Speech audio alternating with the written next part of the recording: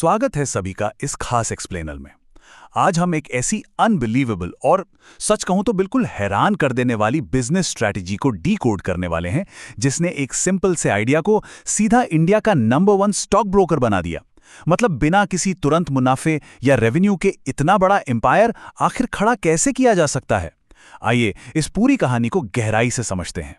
शुरुआत करते हैं इस बहुत ही चौंकाने वाले स्टैटिस्टिक्स से। आज इंडिया में शुरू होने वाली हर 3 नई एसआईपी में से एक ग्रो के थ्रू हो रही है। और पता है, ये फैक्ट तब और भी ज्यादा माइंड ब्लोइंग लगता है जब हमें पता चलता है कि कई हजार करोड़ की इस कंपनी को एक किसान के बेटे ने खड़ा किया है, एक ऐसे गांव से जहां कोई इंग्लिश मीडियम स्कूल तक नहीं था।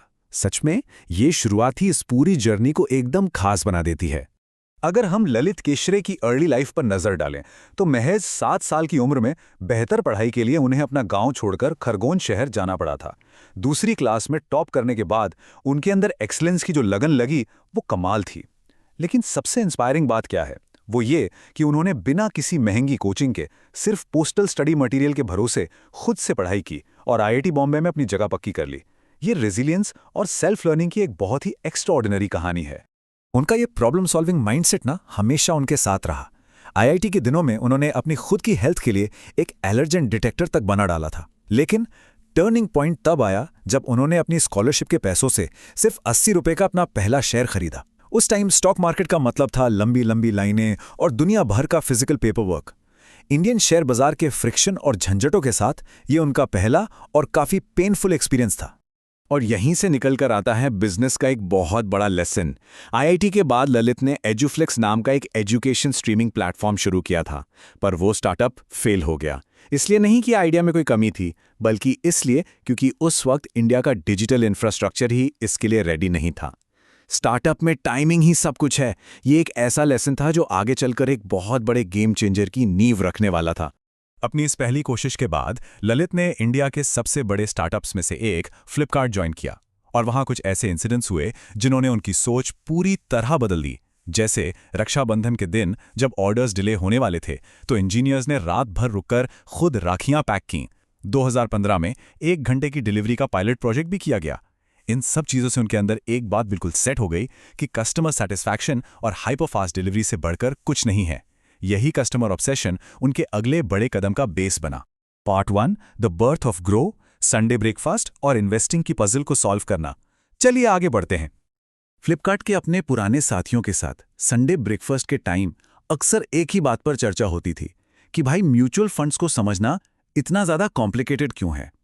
लेकिन एड्यूफ्लिक्स के टाइम जो गलती हुई थी वो अब नहीं होने वाली थी। इस बार माहौल बिल्कुल अलग था।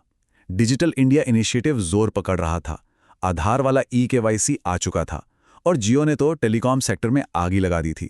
मतलब एक डिजिटल फाइनेंस रेवोल्यूशन के लिए इंफ्रास्ट्रक्चर अब पूरी तरह से रेडी था। एकदम perfect timing. Part 2, the zero revenue strategy, extreme trust बनाने के लिए तुरंत मुनाफे को छोड़ना।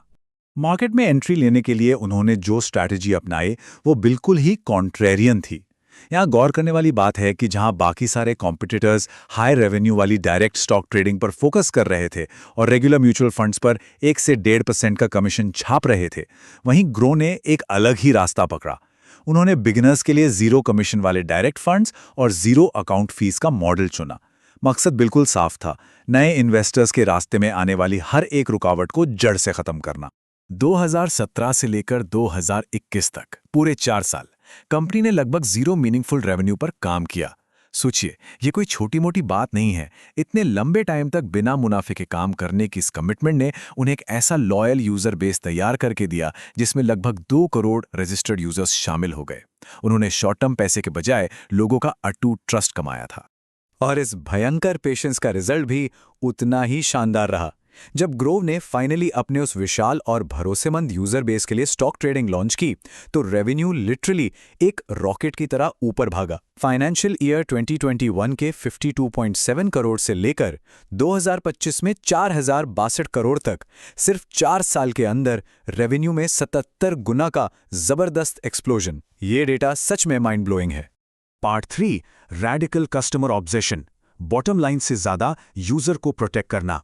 लेकिन अगर हम सिर्फ फाइनेंशियल नंबर से थोड़ा आगे देखें तो उनकी ग्रोथ का असली इंजन हमेशा से एक्सट्रीम कस्टमर एम्पैथी ही रही है। हैरानी की बात है कि कंपनी के सीईओ आज भी खुद रोज 2 घंटे अपना ऐप इस्तेमाल करते हैं। इसी ऑब्सेशन को समझने के लिए सेबी के इस डराने वाले स्टैटिस्टिक पर गौर करते हैं। 90% फ्यूचर एंड ऑप्शंस ट्रेडर्स अपना पैसा गंवा बैठते हैं। इसी कड़वे सच ने कंपनी को 2023 में अपना सबसे बोल्ड कदम उठाने के लिए पुश किया। यूजर्स के नुकसान से अपना फायदा निकालने के बजाय उन्होंने कुछ ऐसा किया जिसकी कोई उम्मीद नहीं कर रहा था। उन्होंने लगातार लॉस करने वाले यूजर्स की ट्रेडिंग को ऑटोमैटिकली ब्लॉक करना शुरू कर दिया। साथ ही वॉलेटाइल मार्केट में एफएनओ को पॉज करने का ऑप्शन दिया और लिमिट क्रॉस करने पर वार्निंग्स भी दी। मतलब उन्होंने जानबूझकर अपने खुद के इमीडिएट रेवेन्यू की बलि चढ़ा दी, सिर्फ इसलिए ताकि उनके कस्टमर्स लॉन्ग टर्म तक मार्केट में सर्वाइव कर सकें। ये लॉयल्टी जीतने का एक नेक्स्ट लेवल तरीका था। मार्केटिंग की बात करें तो वहां भी उन्होंने पूरा गेम ही पलट दिया। चमचमाते और महंगे एड्स की जगह उन्होंने एक पूरा एजुकेशनल एम्पायर खड़ा कर दिया। 7 रीजनल भाषाओं समेत 19 यूट्यूब चैनल्स, 60,000 से ज्यादा एसईओ ऑप्टिमाइज्ड वेब पेजेस और 250 शहरों का अब इंडिया करेगा इन्वेस्ट टूर।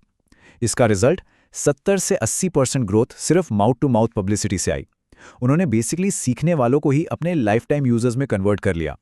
इसी पेशेंस और दशकों लंबे विजन का ही तो नतीजा है कि आज ब्रोकरेज मार्केट के 27% हिस्से पर उनका दबदबा है। आज वे इंडिया के 98% पिन कोड्स में ऑपरेट कर रहे हैं। और सबसे कमाल की बात यह है कि यह सब कुछ बिना किसी भी कस्टमर का फायदा उठाए अचीव किया गया है। It's a real game changer. तो इस एक्सप्लेनर के आखिर में एक बहुत ही गहरा सवाल खड़ा होता है। आज के इस फास्ट पेस दौर में जहां हर कोई बस तुरंत मुनाफा कमाने के पीछे भाग रहा है, क्या शॉर्ट टर्म रेवेन्यू का बलिदान देना ही एक जनरेशनल एम्पायर बनाने का अल्टीमेट सीक्रेट है? क्या सच्ची एम्पैथी और extreme financial patience modern market में डोमिनेट करने का असली ब्लूप्रिंट है? सोचने वाली बात है ना? इस डीप डाइव में हमारे साथ जुड़ने के लिए बहुत बहुत शुक्रिया।